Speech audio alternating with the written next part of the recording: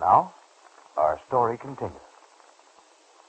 The visitor in Dr. John Cabot's office at Miles Memorial Hospital had just made a stunning disclosure, one that foreshadowed serious complications in the life of the young nurse who called herself Virginia Martin.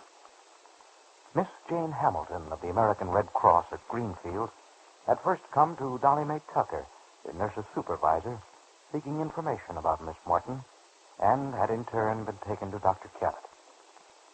Seated in his office, Miss Hamilton had told him that the Red Cross, at the instigation of its Manila office, had been trying for some time to locate a Virginia Martin, and that the search finally had led to Elkhorn City.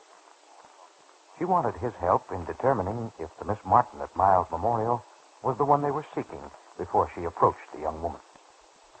Knowing that Virginia, according to her record, had been in the Philippines as an Army nurse, Dr. Cabot had immediately become concerned for her welfare, had asked why the Red Cross was interested in finding her. Then, unbelievingly, he had heard the Red Cross worker say, I want to tell her that her son is alive. What?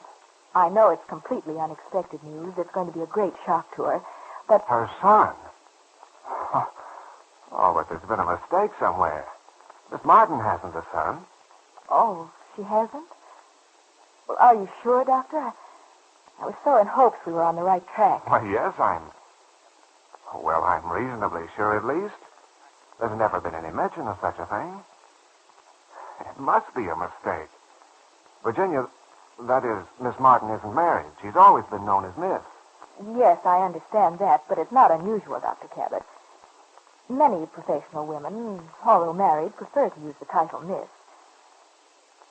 You aren't really positive she's never been married, are you? Why, no, I simply took it for granted, I suppose. Well, then there's still the possibility she's the Virginia Martin we've been searching for. And there are certain things which indicate that she is. I certainly hope so. We've had such a difficult time with the case. It was wonderful to feel we were going to be successful at last. But I don't understand. A son? Where is he? What basis is there for the supposition that this is the Virginia Martin you're looking for? He's in Manila, Doctor. It's at the request of our office there that we're trying to contact her.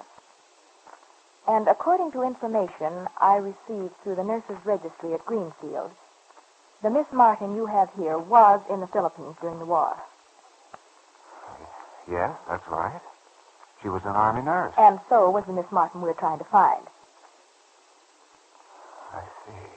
Of course, that isn't conclusive.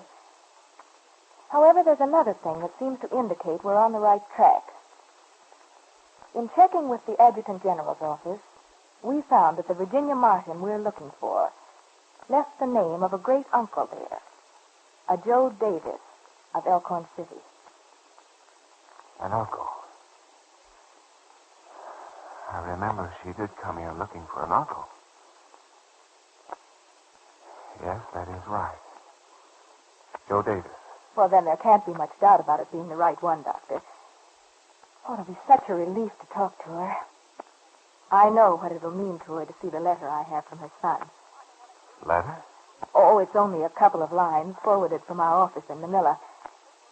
I imagine someone guided his little hand to write them. He can't be over 5 years old. I see. It's really a touching case from all we've been able to learn. Mrs. Seto in the Philippines has written us quite lengthily about it. A native nurse has brought the child to the Manila office almost every day, wondering when his mother will come for him. She's one of those patient, blindly faithful servants who have been with the family, that is, Miss Martin's family, for a good many years before the war. And she's evidently kept the child's mother very much alive in his mind. From Mrs. Seto's letters, he's an adorable youngster. His name is Christopher. Christopher. All of this has me rather badly confused, I'm afraid. Yes, I don't wonder that it has. It is rather surprising in a way that she's made no mention of it at all. I wonder why. Well, Miss Hamilton, I I certainly wish you'd tell me the story behind all this. Well, my information, of course, is very meager, Dr. Cabot. So many records in the Philippines were destroyed, and things are still in something of a muddle over there. We weren't even able to learn anything in San Francisco, where Miss Martin received her discharge papers. Luckily, however, she had left the address of her uncle, Joe Davis, with the Adjutant General's office. Strange, though, that she didn't keep in touch with that office. Might have made things simpler. Strange? Why? Many women do when their husbands have been reported missing in action. Missing in action? Yes. It was one of those things. Nobody really knows what happened. He was a flyer, a lieutenant in the Air Force.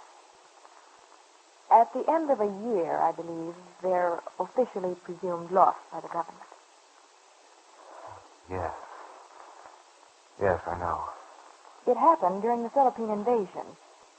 Well, however, I'm not positive. It might have occurred later.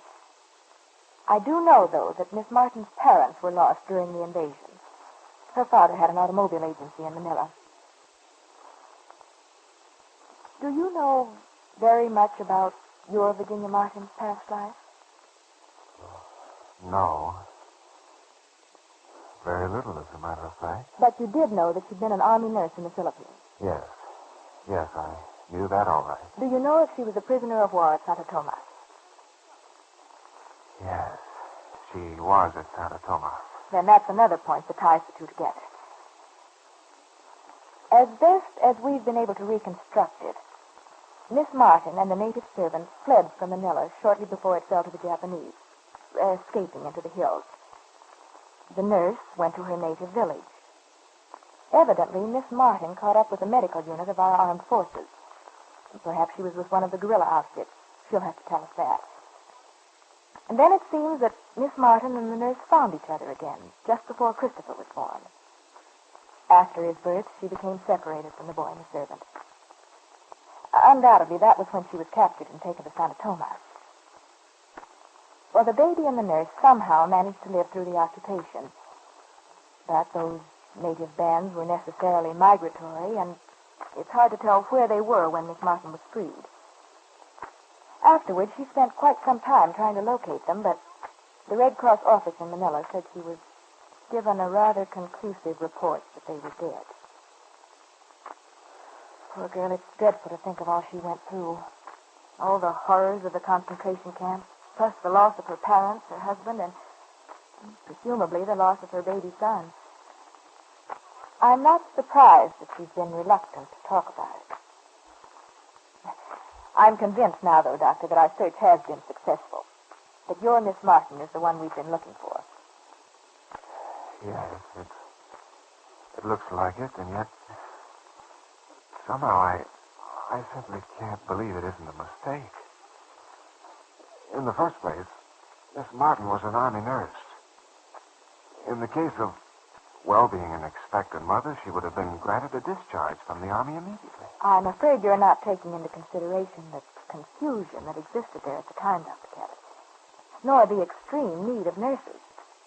And it's quite possible that Miss Martin hadn't yet made application for discharge. I don't know the child's exact age, but it was probably several months after the fall of Manila before he was born. Well, why has it taken so long for the existence of this child to become known? I'm sure I don't know, but I can surmise certain things. It wasn't until the summer of that year that the nurse returned from the hills with the youngster. And there were thousands of cases in Manila crying for attention. The Red Cross had a major job on its hands.